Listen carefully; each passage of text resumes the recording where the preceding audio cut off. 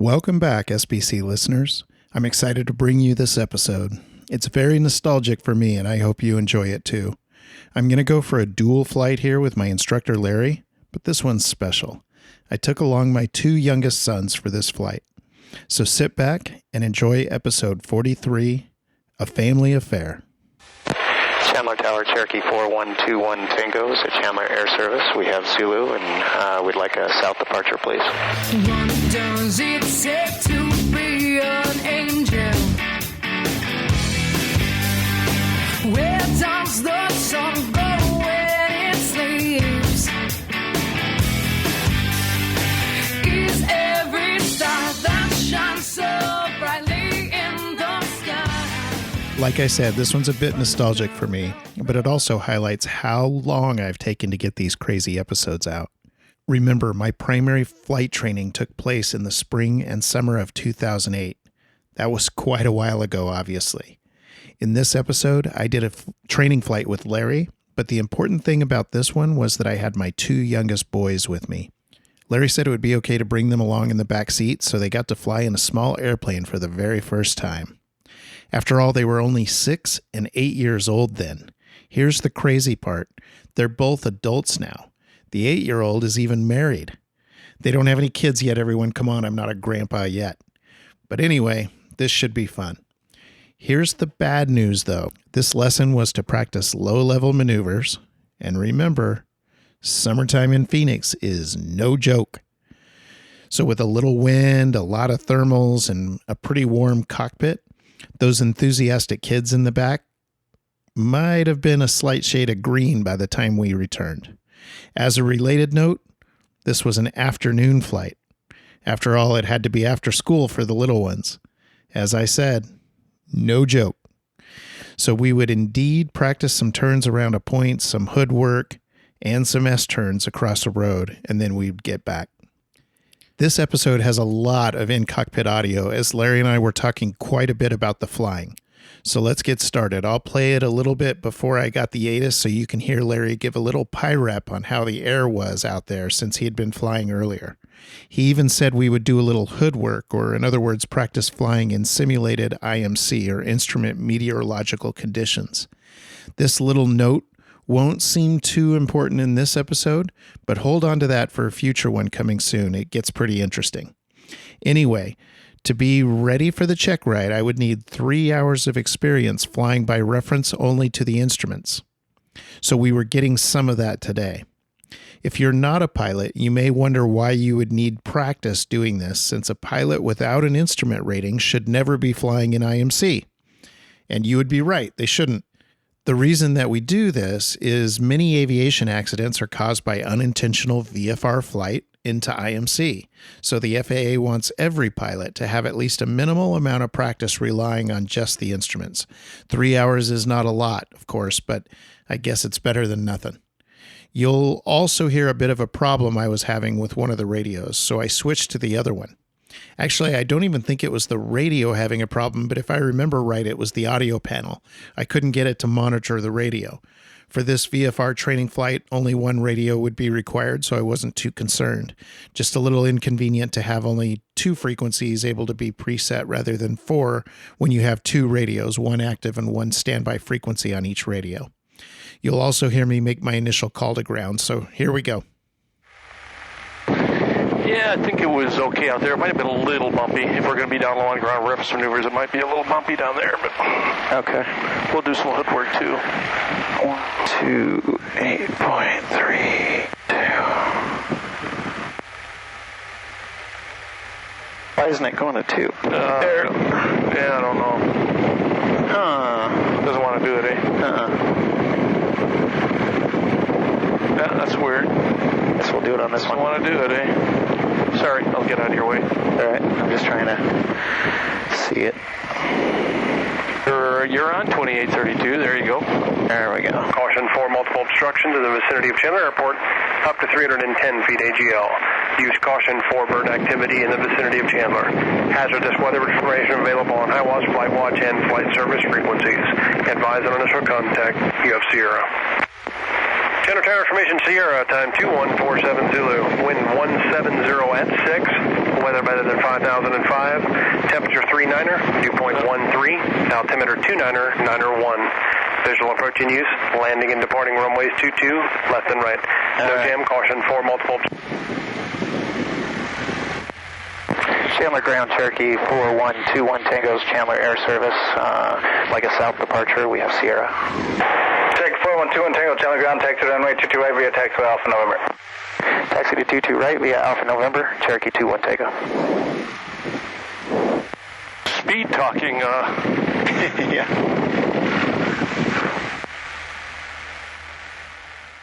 Larry gives another PIREP on the weather and how it was beautiful in the morning but has gotten hot and a little bit windy. Also, I introduced the boys to Larry. He had met us at the airplane after I had pre-flighted it, so I had already gotten the boys situated in the airplane when he got out. I miss those little boy voices sometimes, thus the nostalgia for me. One thing I noted that is something hot area pilots know about: when it's this hot and you check the carb heat during run-up, it barely has any effect on the RPM. For the uninitiated, normally to check that the carb heat is working, you would have the throttle set to a specific RPM during run-up, and you'd turn the carb heat on. Under normal conditions, the higher temperature in the carburetor, where the fuel mixes with air, would cause a noticeable decrease in RPMs. In this case, flying in the summer in Phoenix, the carb heat doesn't change the RPMs much, since the normal air intake without the heat is already pretty dang hot. So that's one reason why airplanes don't generally perform as well on hot days. The engine can't make as much power. There are other things that hot days bring too that affect aircraft performance, such as density, altitude, but we don't need to get into that right now. Take a listen during the end of the taxi and the run-up. Yeah, there was some dust devils out here earlier. This morning it was just absolutely beautiful as usual. And then as it gets heated up here, it was suddenly...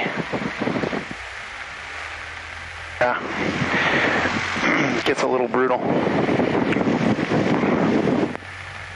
So, guys, this is Larry. He's my instructor. Hey, guys. The little guy on the right there is Trey, and on the left is Merrick. How you guys doing? Okay? Is this the first time you've been up in a little airplane? Yeah? Okay.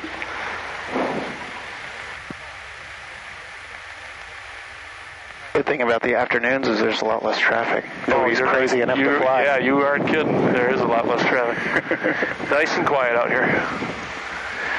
We're the only crazy guys out here. I got to fly again after this, too. Oh, boy. Got one more. All right, the run-up. When it gets this hot, the carb heat barely does anything. Yeah.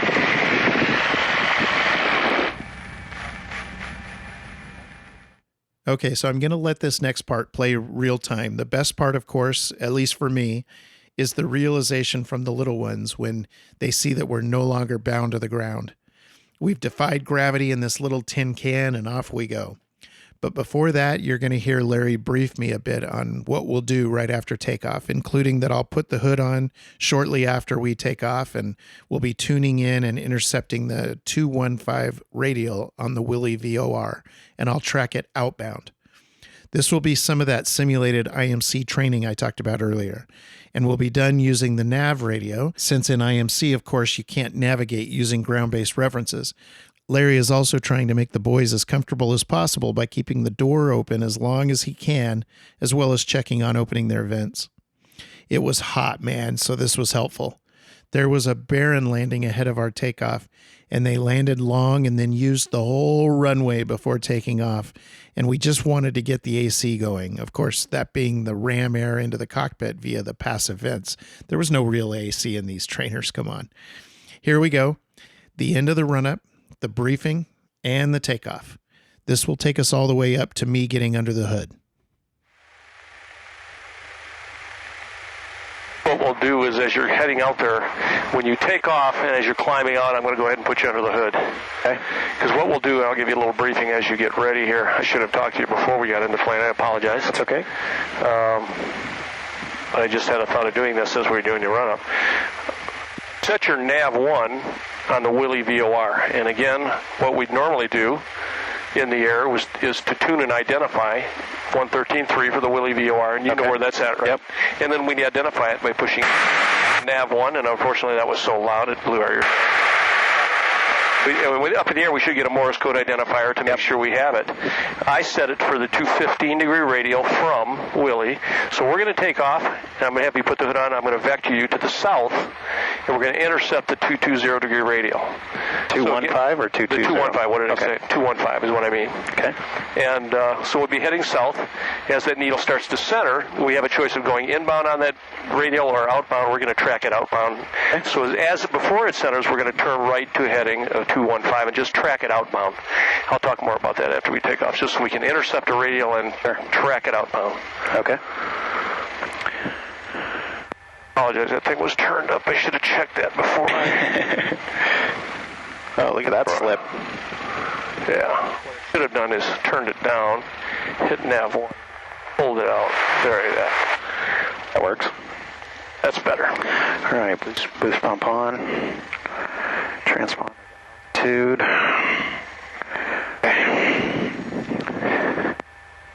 Good to go. Okay, let me go ahead and I'll give him a little bit of air for a minute longer here. Helps if you don't have the brake on. Any normal takeoff? Yeah, let's just do a normal takeoff.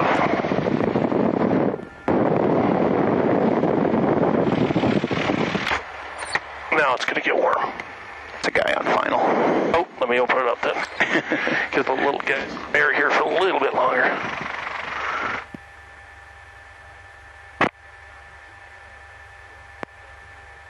Like a Duchess or something. I think a Baron, yeah. Baron? Yep. Yep.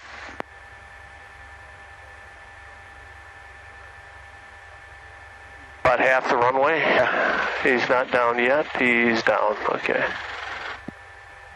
All right. I don't see anything else. You guys ready to go? Yeah. Whoa. Ever gonna turn? Chandler Tower, Cherokee 4121 Tango. Is that 22 right? Ready to go. Cherokee 4121 Tango, Chandler Tower, hold short runway 22 right. Sheesh. Holding short at 22 right, 21 Tango. I tried to draw that out as long as I could. Yeah, this guy's using Kept thinking he was gonna turn. Yeah, he's using the entire runway. Ready on 2-2. Turn 828 Kilo Mike, correction, taxi the ramp and monitor ground. 8 Kilo Mike, thanks. Here we go, guys.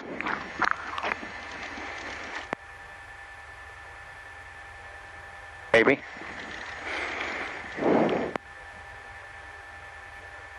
Cherokee 4121 Tango at the field, boundary left turn southbound approved, runway 22 right, clear for takeoff. Clear for takeoff on 22 right, and left turn approved, 21 Tango. Making sure their vents are open back here. Oh, good. Okay. Not sure they are. I'll wait till we get up there. Cup 281, runway 22 right, clear touch and go. Touch and go 22 right, 281.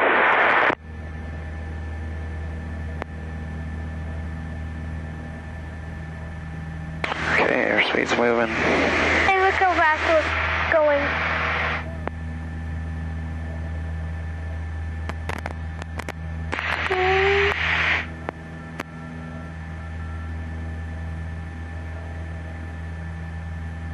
There we go. That vent was closed. Boy, we are not climbing. A little extra weight in the plane. Not much. In the air. Oh.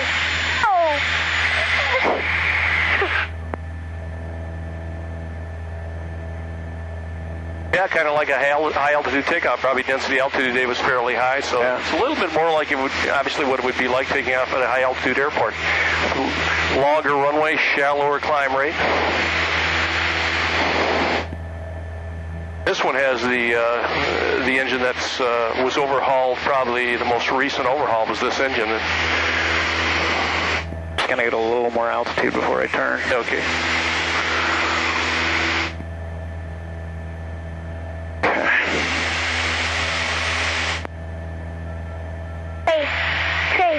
You were on the tabs for fuel? We were just over. Oh, okay. On both of them, actually. There's only people sprint.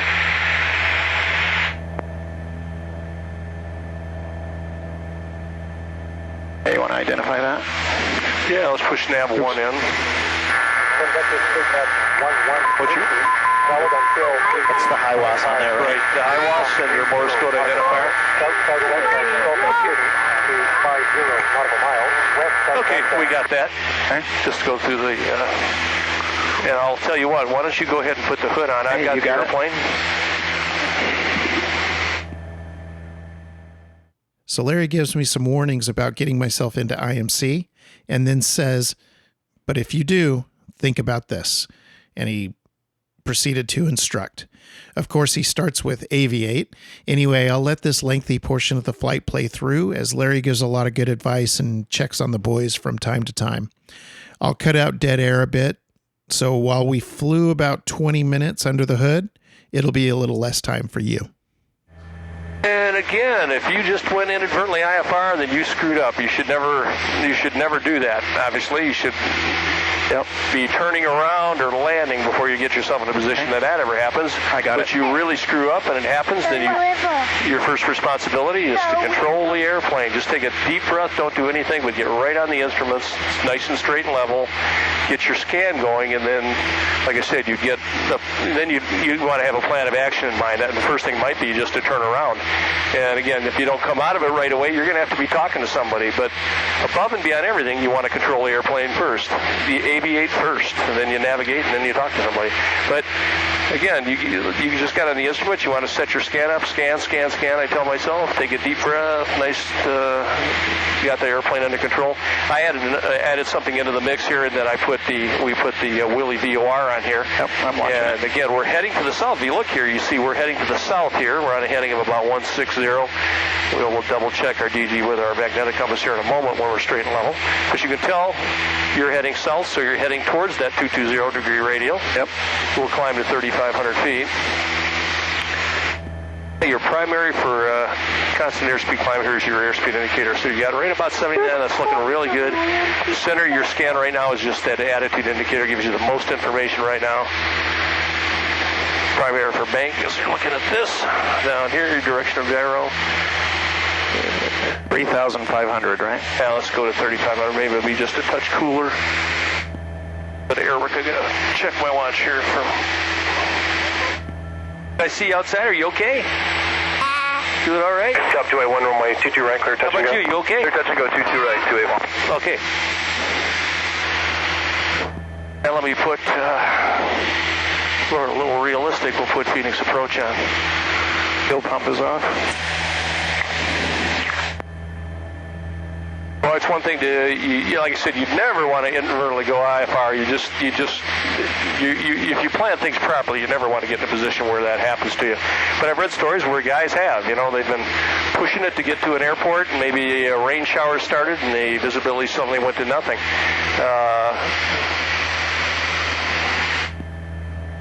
Nice little thermals out here. Yep. Boy, this time of year, yeah, you can see the buildups out there, can't you? Well, I can't. Not at the moment, yeah. I've had guys I've flown with been practicing just what we're doing and accidentally flew me into clouds. And I said, whoa, not good. Yeah. We did an immediate 180 to get out of there because we didn't want to run into some IFR traffic out there. But, yeah, look at that. We got a rated descent going there. We got it on 80, and we were going down for a moment. We got the downdraft. We could actually level off at 3,000 if you'd like to. Okay. Why don't we do that? That way we don't have to claw our way up to 3,500 here in this heat. Not going to be much cooler, a few feet higher anyway. You okay? You all right? Yeah. Okay. How about you? Still good? Good? All right. Can you guys see out the windows there? Yeah. All right. Okay. Now I got a thermal as soon as I was leveling off. Pitch power trim here. We'll keep it at about 3,000. Nobody talking on Phoenix approach here either. 2,400 pitch power trim and above. Now we're at 3,000. We can lean a little bit here. Phoenix approach arrow 5353 Golf is 3.5 east. The gateway squawking 0313. Request the VOR 30 center approach. Arrow 53 Golf, Phoenix departure ident. Okay, like I said, the most important thing is... We're on a radio, by the way. 53 Golf. Oh, that's right. Thank you. We just intercepted our radio. Operator contact from Altitude We'll follow that out. Heading 120, maintain VFR 3,500. Now, somebody asked me today, what's the relevance of doing this? I said, obviously, as you know, if I told them that that radial took us to another airport, we'd be following that for the purpose of navigating to another airport at some other location. No. What I started to say is, again, just what I was saying is it shouldn't inadvertently go off IFR, but if you do, you have to come to the realization that I can't see outside. I have no choice but to look at these to save my life here. And in your case, if you're a private pilot, you're inadvertently IFR, that's an emergency. You've got to do something right away to get out of that. But more important than anything, like I said, is you want to control the airplane just like you're doing now. So you just get it straight and level, take a deep breath, and your first plan of action might be to make about a 180-degree turn, so that's what we'll do. So Warrior 412 on Tango, let's turn left heading to this heading 060. Left 060. Again, we'll make that a standard rate turn. For now, I'll just say a turn, but standard rate, you can look at the turn coordinator to see what the little airplane is in the hash mark, and you can look up here and know that's probably 10 to 15 degrees. It's actually a function of airspeed. The faster you go for a standard rate turn, the steeper you're going to have to bank to get it to turn at 3 degrees per second here. A wobbly turn coordinator today. Yeah, you can see if you're in turbulence and just using that might be a little precarious. But again, we're not going to worry about making it absolutely perfect. You're going to want to make it more precise as you proceed into your training, and you want to get an instrument rating, you're going to have to be much more precise. We're mainly concerned about you keeping the airplane under control and getting it turned around to another heading. 060. And again, just a reminder, if you're flying in some climate where it's cold and rainy and you start to lose RPMs, and when you're in the cloud, you're in visible moisture, you might start thinking a little bit about carp heat or pitot heat if something started to ice up. And like I said, you'd probably want to be talking to somebody pretty quick and getting a vector to an area where there's better weather. Yeah, it's doing good. Okay, Warrior 412 Tango, let's turn right heading 240. Right, 240. And you're looking clear out here, so.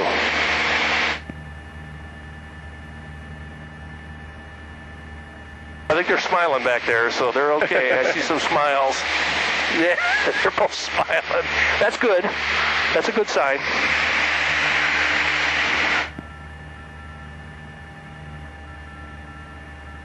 Hopefully it'll be smoother down a little lower for those ground reference maneuvers too.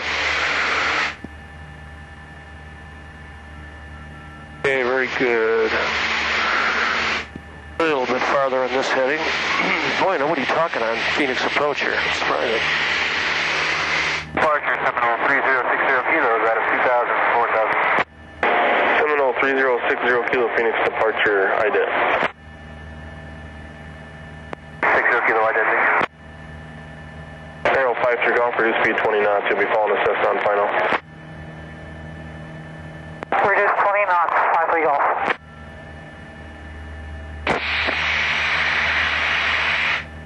Seminole 60 Kilo, radar contact, half mile north of Gateway, maintain 4,000. Hey, 4121 Tango, descend and maintain 2,500 feet.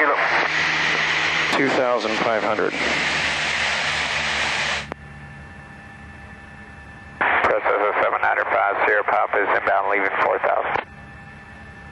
Cessna 50 Pop, altitude your discretion, maintain VFR, practice approach approved, no separation search provided. VFR practice approved, 50 Pop. Arrow 53 Golf, turn right heading 220. Turn heading 220, Arrow 53 Golf. Seminole 60 Kilo, check the last number in your transpond. I'm showing a 0740.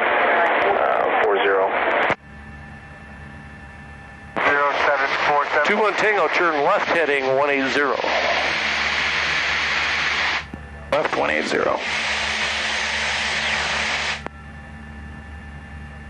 A little bumpier down lower here, isn't it? We won't stay down here too long.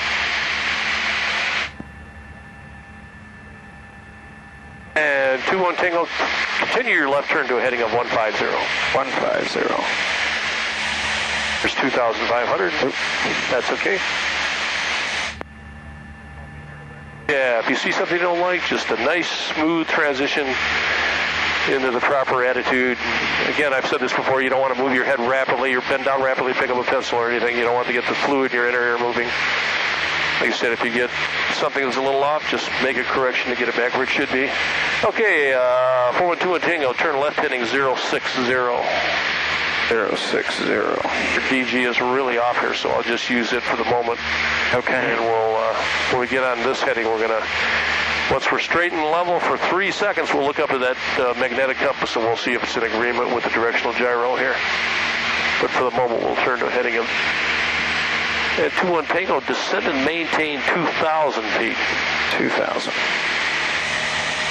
Oh, that's a steep turn. There you go, 060 for the moment, and we're kind of accelerating for the moment, so we'll wait till we're leveled at 2,000 before we double check that directional gyro and the magnetic compass. Going to have to do this kind of quickly, level off about right there for a moment, and see what that magnetic compass is.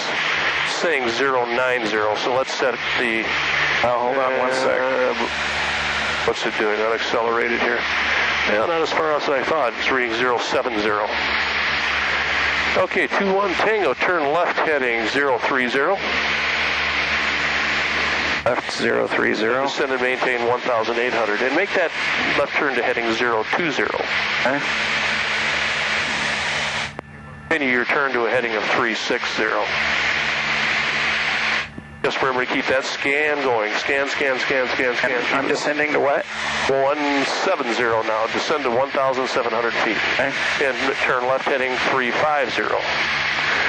There you go. 50 and descend and maintain 1,600. Just continue your descent, then turn left heading 340. There's 340 and continue your descent.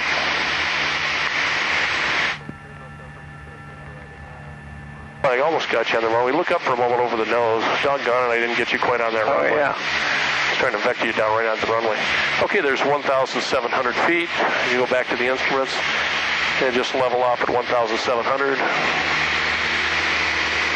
And Warrior 412 and Tango, climb and maintain 3,000 feet. Climb 3,000 feet. Had a little off because we were doing a little gyro setting there, and I didn't get your turn started a little. I was trying to get you lined up right on the center line. Do a little bit more of this.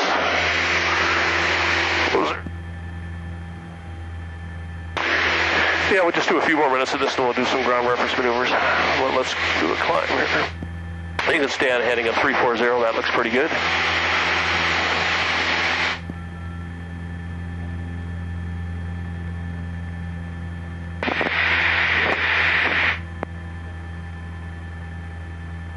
I really like doing this training, and not because I want you flying IFR, but I just think it's really important that you feel comfortable. And I think, and I'm finding out that most people are pretty good at this. You know, you did from the time I've done it with you, you've done very well to maintain control of the airplane. So I think the one factor that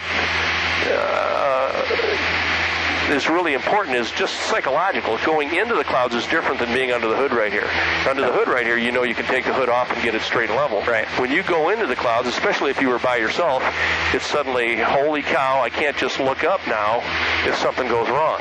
But if you can do this under the hood, you can do it in the clouds. I think the first time I went IFR by myself, I saw the clouds coming, and I stopped looking outside. I was still in VFR conditions climbing into the clouds, and well before I got into them, I stopped looking outside and got right on the instruments. Then when I went into the clouds, I didn't even realize I was in the clouds. Unfortunately, what might happen if you inadvertently go, if it happens quickly, I can only think of it happening maybe with rain showers or something, or punching, not seeing some clouds. I don't know how you do that, but not see the clouds, but... I guess the important thing is to realize, hey, I cannot see outside anymore. I have to look at the instruments. So, tell you what, 412 and Tango, turn left heading 270. 270. So we'll do just a little bit more. As a matter of fact, the way this is climbing, I think we'll just level off at 2,500. So 412 and Tango, level off at 2,500. 2,500. Maybe. Yeah. If we're lucky. I don't know why it's struggling so much. I think we must be in a little bit of a downdraft. Plus we're turning.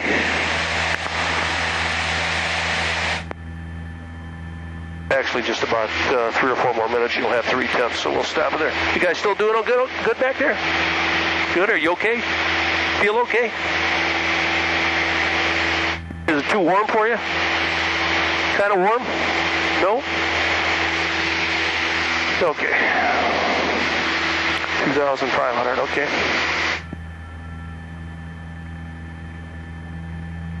Still drifting to the left.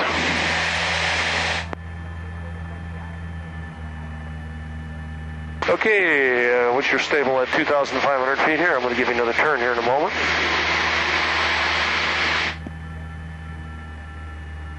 Yeah, just fighting the up and down drafts is what you're doing. So doing good though. Okay, Warrior 412 Tango, turn left heading 180. Left 180.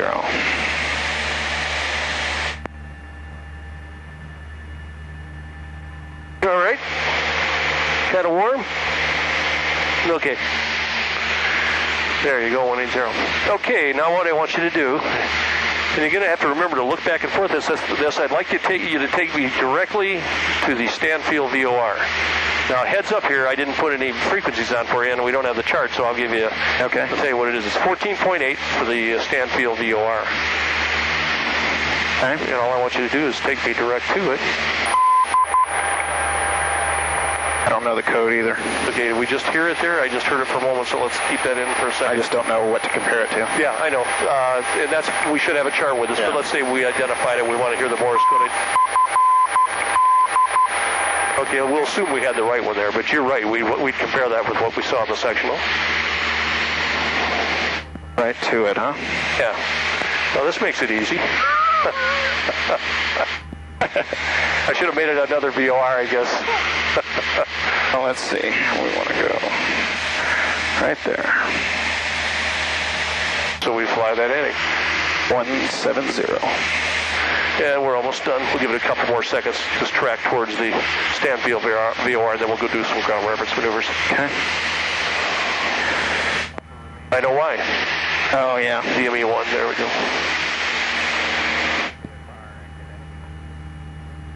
Could have brought him a bottle of water there, I think. Anyway, we'll ignore the DME. It's not working. No, it doesn't appear to be giving us anything right now. That's okay. Okay, let's, Warrior 412 Tango, let's turn left heading 090. Left 090.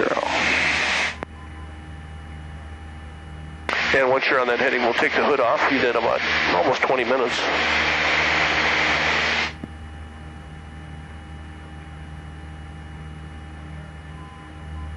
We're only cruising at 80 knots. Yeah, is that something? It's showing about 90, yeah. Oh, yeah. Okay, once you're on that heading, you go ahead and take the hood off, and we can go down and we'll do some ground reference maneuvers. Got the plane? I got it for a moment there. Go ahead.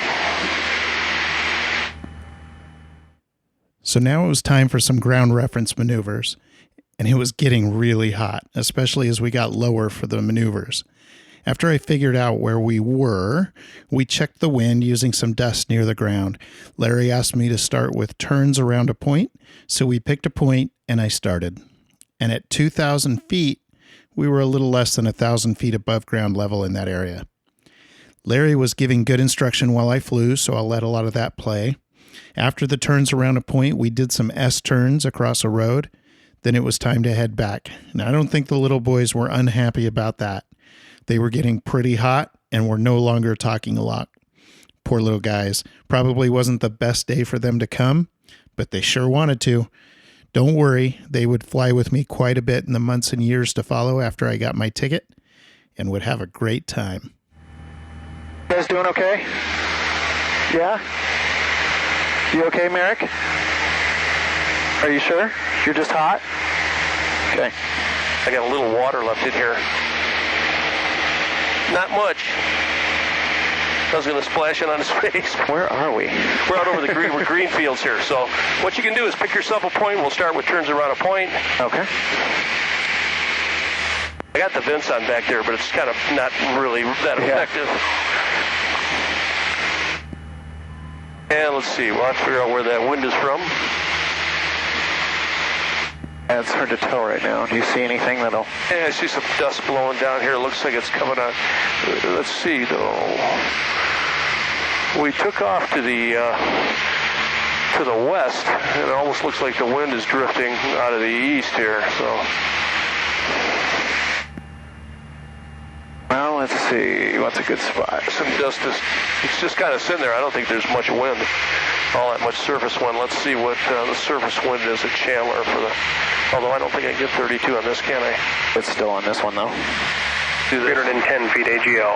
Use caution for bird activity in the vicinity of Chandler. Hazardous weather information available on High Watch, Flight Watch, and flight service frequencies.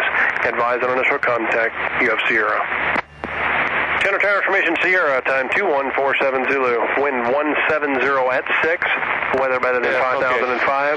Coming from the south. 39er. Not much wind. Whatever surface wind there is up there, it's out of the south. So. All right, well, what do we have as a point here?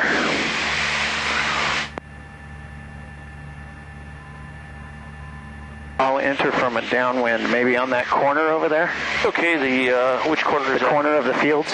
The green field with the desert there? Yeah. Okay, I see what Sound you're okay? Yep, that sounds okay to me. Okay. Could have brought another bottle of water. I could have given some water. I should have gotten some, yeah. All right, 2,000 feet. Okay. Get trimmed. Start right here as we go beam.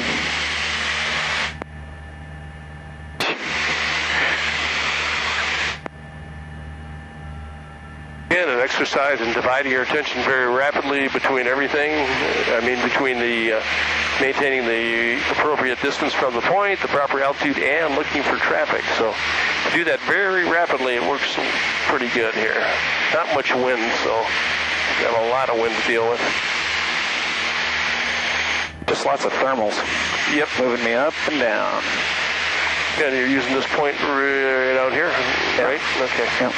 We don't want to get so close that we have to really get beyond 45 degrees of bank.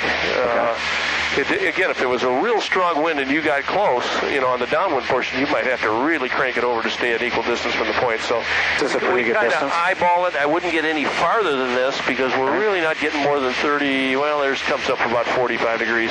Yeah, I wouldn't be any farther than this. Okay. Like I said, you don't want to get so close that you really got to fight it and get over at 60-degree bank turns. But you want to get close enough that you're demonstrating turns around a point. If you're 3 miles away from it, it's kind of hard to tell that you're maintaining an equal distance here. I shouldn't have picked a place so close to those little hills right there. Yeah, that's okay. Every time I come around there, it gets we hit the bumps. Yep.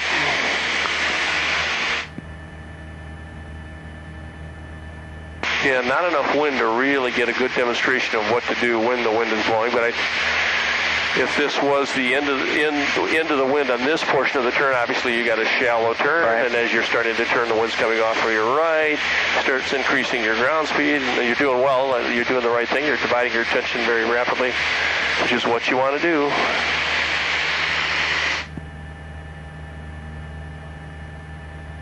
There's a little wind. I'm having to increase my bank. You can feel it? Yeah.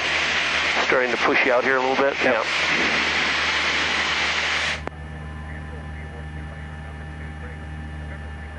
There's the bumps.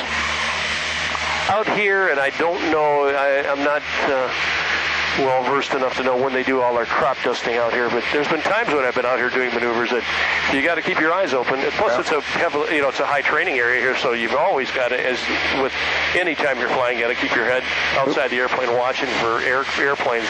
But out here, you can have crop dusters out here too. So. Yeah, we got a little bit far on this side. Yeah, but again, if you see you've got a little off here, doing this on your check ride, you get a little off, just correct for it immediately.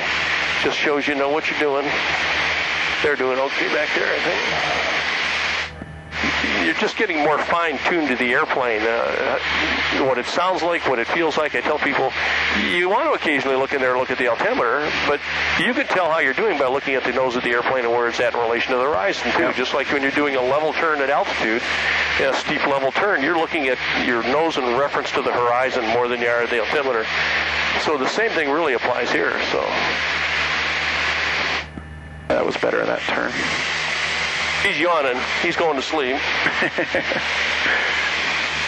The other guy just looks like he needs a drink of cold water. Yeah, he gets really red. Yeah, the little guy, right? Yeah, the little guy's pretty nice. Okay, when you feel comfortable with this, we'll do some S-turns across the road, and this looks pretty good. We don't have tons of wind here, but you're doing good. All right, S-turns across the road. We want to pick a road across the wind, so maybe we can use one of those lanes over there. Okay. Assuming the wind is coming from the south. All right. Yeah, one of these out here. Yeah. You're talking about? Okay. I'll just choose one. Okay.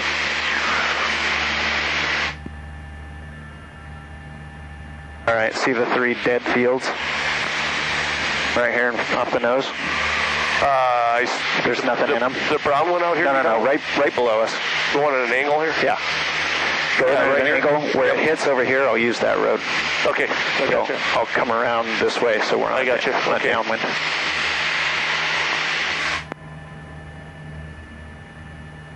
All right.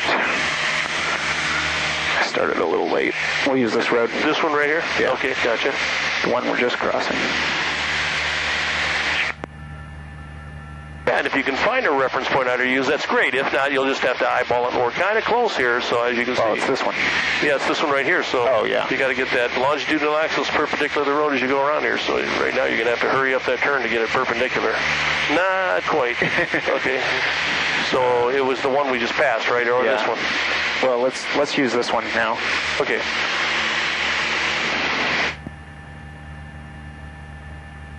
They're hanging in there. Although they're not looking quite as happy.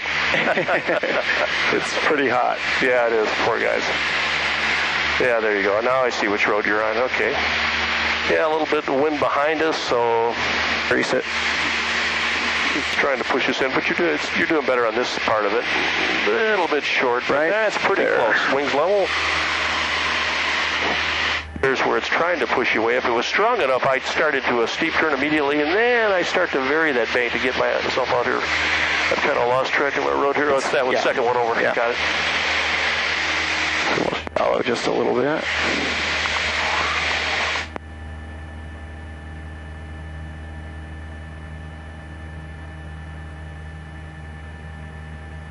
Right there.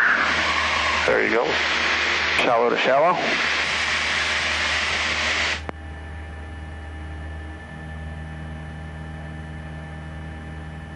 That looks pretty good. Okay, well, I think we got time to head back. We'll be out about an hour. Practice area 445. Unless you want to do a little more, we can drift on back, I think. To the east of the pumping station. Yeah, pretty good. 500 heading south. The most important thing, I think, and I see you doing, is dividing your attention very rapidly. And once you get used to doing that, keeping your head outside, looking for traffic, watching your points, your distances from the road, your distance out from the point, once you learn to do that rapidly, it makes it a whole lot easier.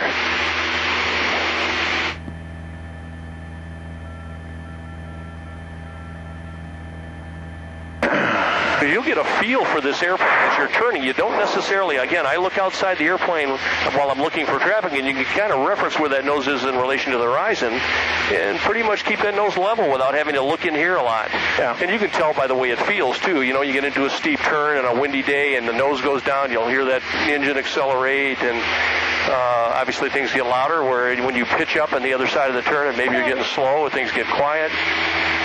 That's okay? Trey, nod your head if you're okay. Okay, you're just really hot? Okay. I'm talking.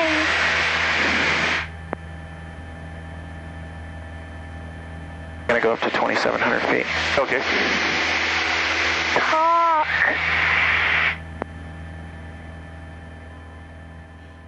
So we decided to head back, and the little guy, the 6-year-old, had to utilize one of the bags I had for him, but he did great. His older brother was asking why he wasn't talking anymore, which was pretty funny, but we all know why he wasn't. I knew I needed to get him comfortably on the ground as soon as I could. We got the ATIS, which was still the same as before, and we're coming in for a full stop. As I said, they both did great. You'll notice that the tower, once we reported being in the pattern, mercifully switched us to 2-2 right, so we'd be closer to the ramp and parking. They had pity on us, wondering why we were flying in this inferno. Here we are coming in. We'll take it all the way back to the ramp. You can hear my 8-year-old while on short final say, finally, seeing that we were almost back on the ground. And when that door came open, there were more audible sounds of relief with the fresh air. Jeez, these thermals. Yep, I can't wait for the fall. Dew point 13, altimeter 29er, 901. Visual approach in use, landing and departing runways 22, left and right. NOTAM, caution for multiple obstructions in the vicinity of Chandler Airport, up to 310 feet AGL. We're headed back, guys. For bird activity in the vicinity of Chandler. We're headed back now, okay? We're going to put it on the ground. Visual approach in use, landing and departing runways 22, left and right. NOTAM, caution for multiple obstructions in the vicinity of Chandler Airport. Yeah, he's smiling, but he's not feeling good, right? Use caution for keep it bird as straight activity level in the as we vicinity of can. Chandler. Hazardous weather information Well, available the heat's on not, Highwatch it Flight is Watch what's and probably Flight getting Service to a little bit. frequencies. Chandler Tower, Cherokee 4121 Tango is 5 miles south of the field. We have Sierra inbound full stop. Connor, Ben, say again. This is Cherokee 4121 Tango. We're 5 miles south, inbound full stop with Sierra. Cherokee 4121 Tango, Chandler Tower, make left traffic and right 22 left, report downwind. Make left traffic for 22 left, and we'll report downwind Cherokee 21 Tango. I should have hit the squelch on that one first. I turned it up just a teeny bit, and boy, then it just blew us out for a moment. Feel better? Here's the other bag. Well, all right. Just No fresh air on this plane. yeah, it's a really hot day, bud. hey, the bag. No. He's okay. He's doing good. That's all right, buddy. We'll be on the ground in a moment. It was 2-2, correct? I was not paying attention here. I was 2-2.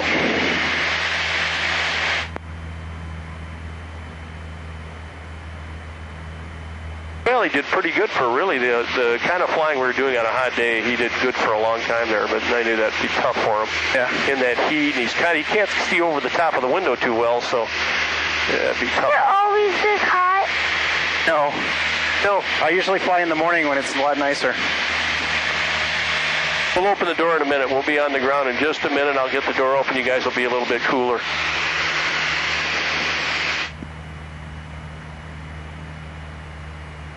All right, I'm going to turn the fuel pump on. Let's tank.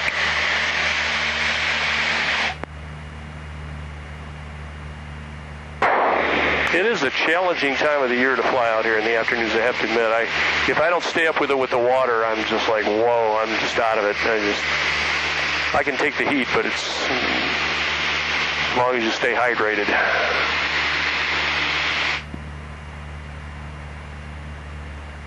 Chandler Tower, Cherokee 21 Tango's on downwind. Cherokee 21 Tango, change to 22 right, runway 22 right, clear to land. Clear to land on 22 right, Cherokee 21 Tango.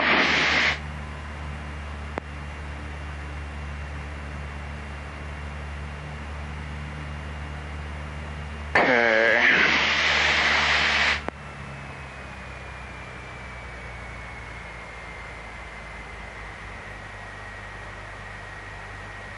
Far out here, so I'll turn a little early.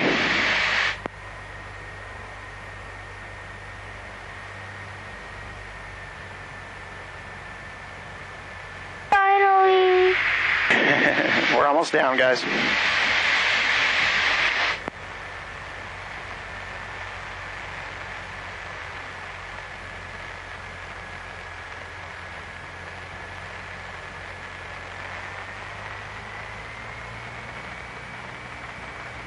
I like 10 feet in the air.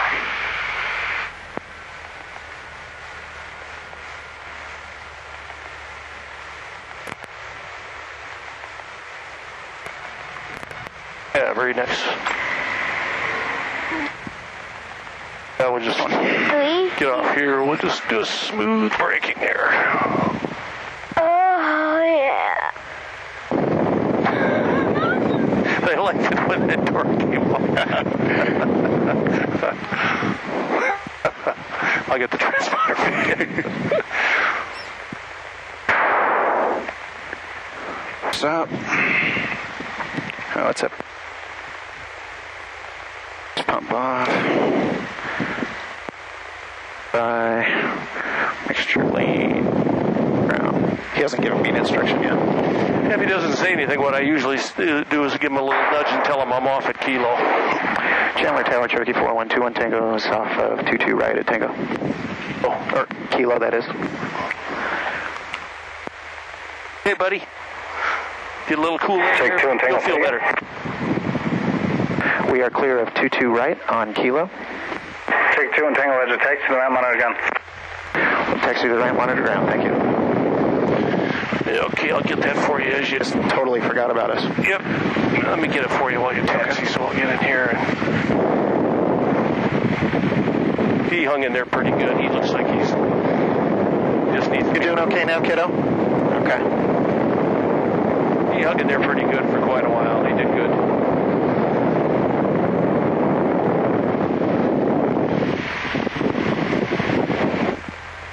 Good on time. Pretty good.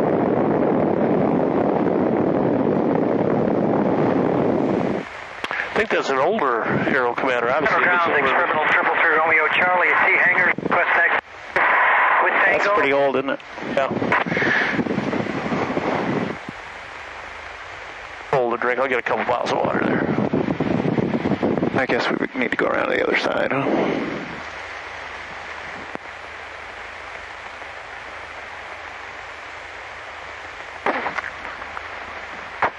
Little airplane's back.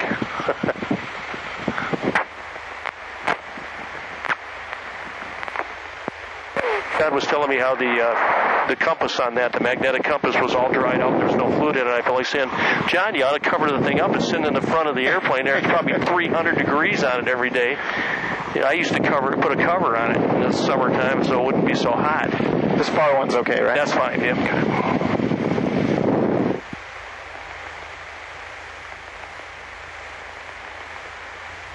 Cooler outside than in here. Feels better, doesn't it, guys? Okay. Well, that does it for this one. It was awesome to have 2 of my kids along with me, although I wish it had been more comfortable for them, of course. As I said before, they would get plenty of time in the air and even co-pilot from time to time in the front seat, which they would love. Several times we even went airplane camping together. But it was a good training flight with Larry, and I got some of my first hood time as well as some good practice and instruction on ground reference maneuvers. That hood time will become important a little later, as I alluded to, so remember this one. And thanks for joining us on this hot July flight. As usual, I would love to hear from you, so reach out to me in one of a few ways. My email address is bill@studentpilotcast.com, and you can reach out to me from the website, of course, too, at www.studentpilotcast.com, and click on the contact link near the top. Also, you can use the website to comment on a specific episode as well. Finally, you can find me on Twitter, too. @BillWill is my Twitter name. That's BILLWIL. Thanks again for listening. I got hot, helped my kids appreciate air conditioning a little more, committed some aviation, and got 1.0 additional in the logbook. And it was the first time I took passengers, albeit with my instructor, of course. So I was feeling just a little bit more like I was going to be a pilot.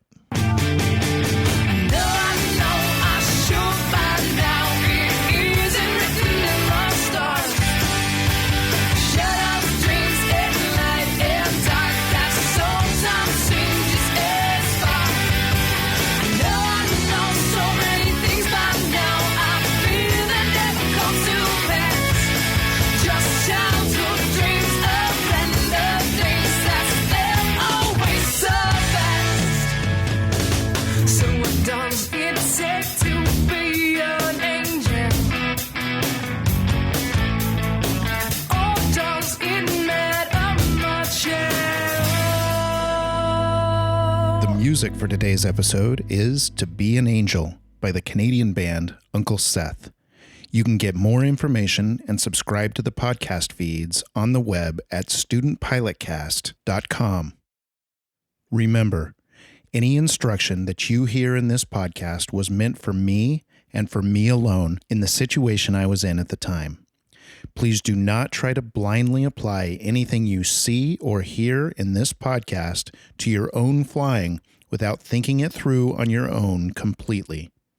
If you have questions about any aspect of your flying, please consult a qualified CFI.